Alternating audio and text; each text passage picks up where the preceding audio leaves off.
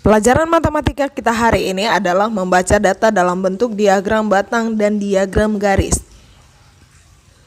Sebelumnya, mari perhatikan cara membuat diagram garis berikut ini. Selanjutnya akan dibahas mengenai materi penyajian data dalam bentuk diagram garis. Apakah itu diagram garis? Diagram garis adalah diagram yang digunakan untuk menyajikan data yang didapat dari waktu ke waktu secara teratur dengan jarak waktu tertentu. Umumnya, diagram garis digunakan untuk melihat perkembangan atau pertumbuhan dari sesuatu secara berkelanjutan.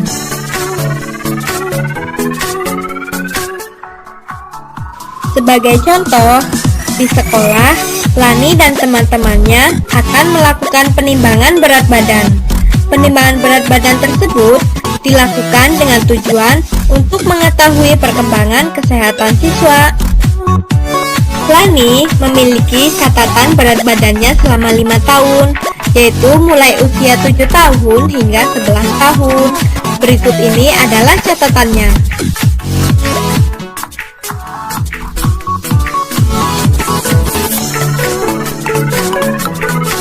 Berikut ini adalah langkah-langkah membuat diagram garis. Yang pertama, yaitu dengan membuat garis horizontal. Garis horizontal atau mendatar biasa digunakan untuk waktu. Kemudian yang kedua, buatlah garis vertikal ataupun tegak. Garis vertikal ini biasanya diisi dengan berat badan siswa.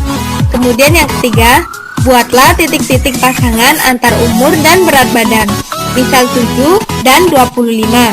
Dan yang keempat, hubungkanlah titik-titik dengan garis. Lalu, bagaimanakah perkembangan berat badan Lani dengan diagram garis? Perkembangan berat badan Lani dengan diagram garis. Pada umur 7 tahun, berat badannya 25. Pada umur 8 tahun, berat badannya 28.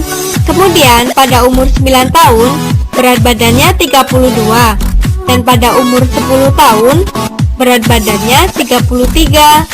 Dan kemudian pada umur 11 tahun, berat badannya menjadi 35 kg.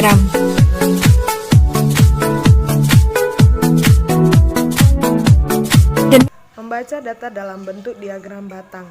Nah, apa itu diagram batang? Kamu tentunya sudah pelajari waktu kelas 4 ya.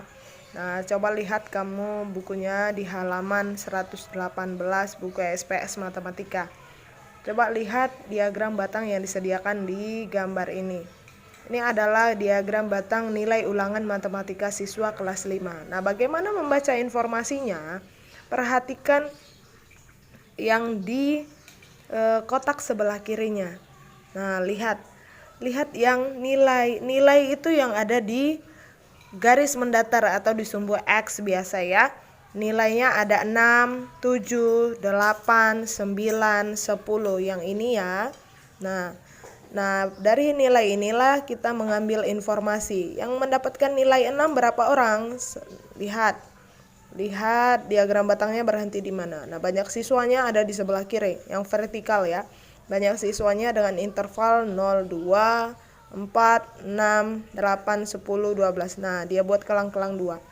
Nah, perhatikan nilai 6. Nilai 6 itu yang memperolehnya ada berapa orang? Nah, di sini ada 4 orang. Nah, maka informasi yang didapat sebanyak 4 siswa mendapat nilai 6. Nah, sekarang perhatikan nilai 7. Nilai 7 berhentinya di mana? Kalau ini 6 orang di sini, kalau di sini 8. Sementara diagram batangnya itu ada di antara 6 dan 8. Angka yang di antara 6 dan 8 itu berapa? Iya, 7. Nah, maka informasi yang didapatnya adalah sebanyak 7 siswa mendapat nilai 7 ya. Nah, perhatikan nilai 8. Nilai 8 berapa orang? Perhatikan dia diagram batangnya itu banyak siswanya 10. Maka sebanyak 10 siswa mendapat nilai 8. Nah, berikutnya perhatikan lagi diagram batang yang mendapatkan nilai 9. Perhatikan di mana dia berhenti. Nah, ini garisnya 8. Sementara di sini 10. Diagram batangnya berhenti di antara 8 dan 10.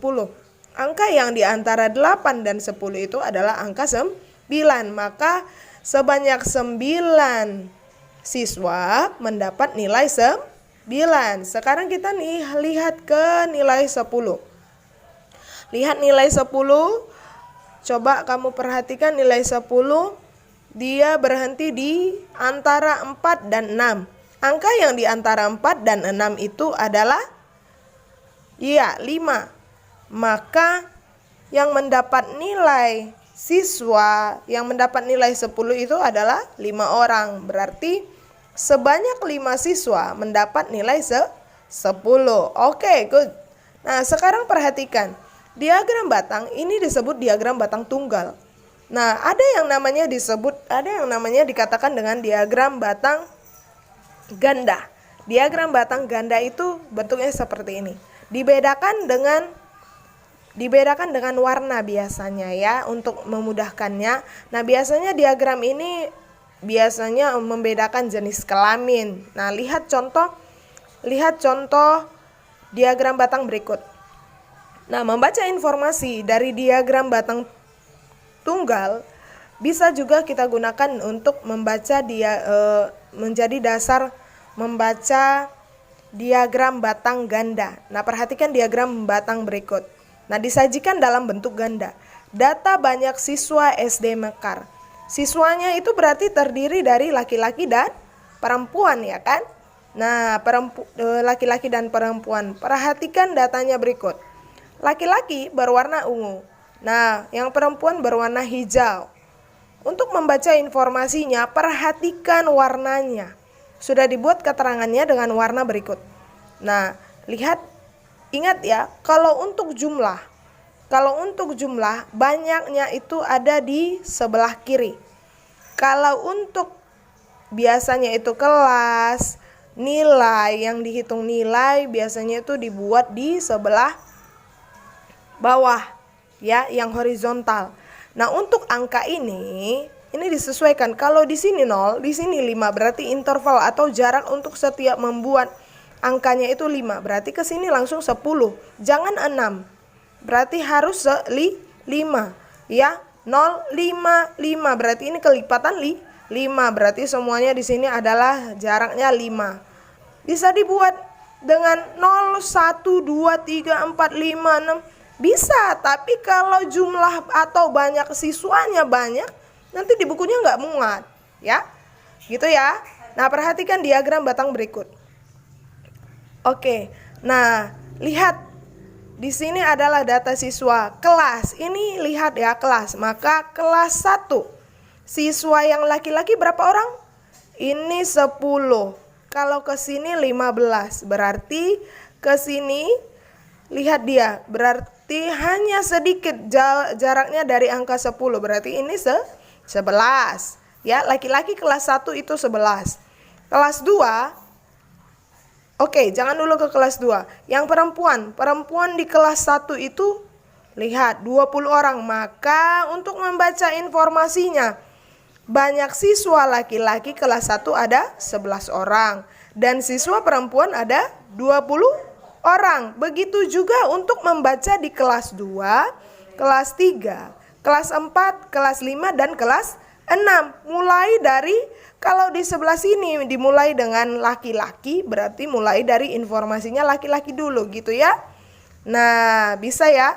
Nah, perhatikan bukunya di halaman 118. Baca kembali bukunya. Nah, begitu juga dengan diagram garis.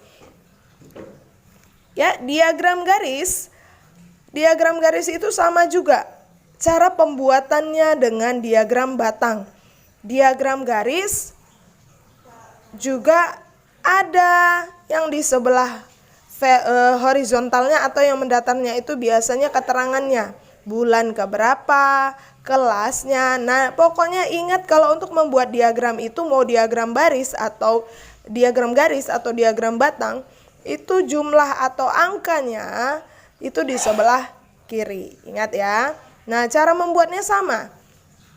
Nah, menghitungnya atau untuk menemukan informasinya sama dengan menemukan informasi di diagram batang. Lihat, ini adalah berat badan Mita umur 5 bulan pertama. Ya, bulan pertama dia berapa? Lihat titiknya di mana? Di sini titiknya. Di sini di antara angka 2 dan 4 berarti 3. Lihat ini satuannya kilogram, berarti umur, lihat bulan ke-1 berat badan Mita 3 kilogram. Di sini kan titiknya berarti di antara 2 dan 4 itu angka 3. Nah, bulan kedua perhatikan. Bulan kedua titiknya di mana berhenti? Di sini. Nah, sejajarkan ini 4, berarti bulan kedua berat badan Mita 4 kilogram. Begitu seterusnya. Nah, untuk kuis, tugasmu di kuis, coba kamu lihat tugasnya di kuis ini. Ini adalah diagram garis ganda. Dengan keterangan warna merah adalah jagung, dengan warna biru adalah padi.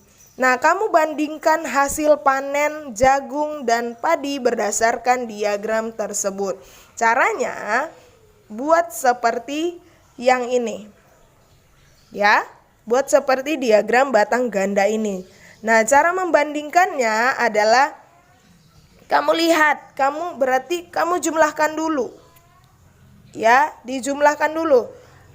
Hasil Pak Jagung berapa tahun 2010? 10 tambah 2011 jagung ya, jagung yang merah. 2011 berapa ini? 20. Berarti kita buat Nah, kita buat 10 tambah berapa tadi? Yang jagung ini ya, yang jagung ya, kita lihat jagung untuk pembandingannya. Jagung berikutnya, jagung di tahun 2011. Berapa ini? Jagung yang tadi warna merah ya. 2011 10. 2011 berapa? 20. Oke. 20 tambah. Nah, 2012 berapa?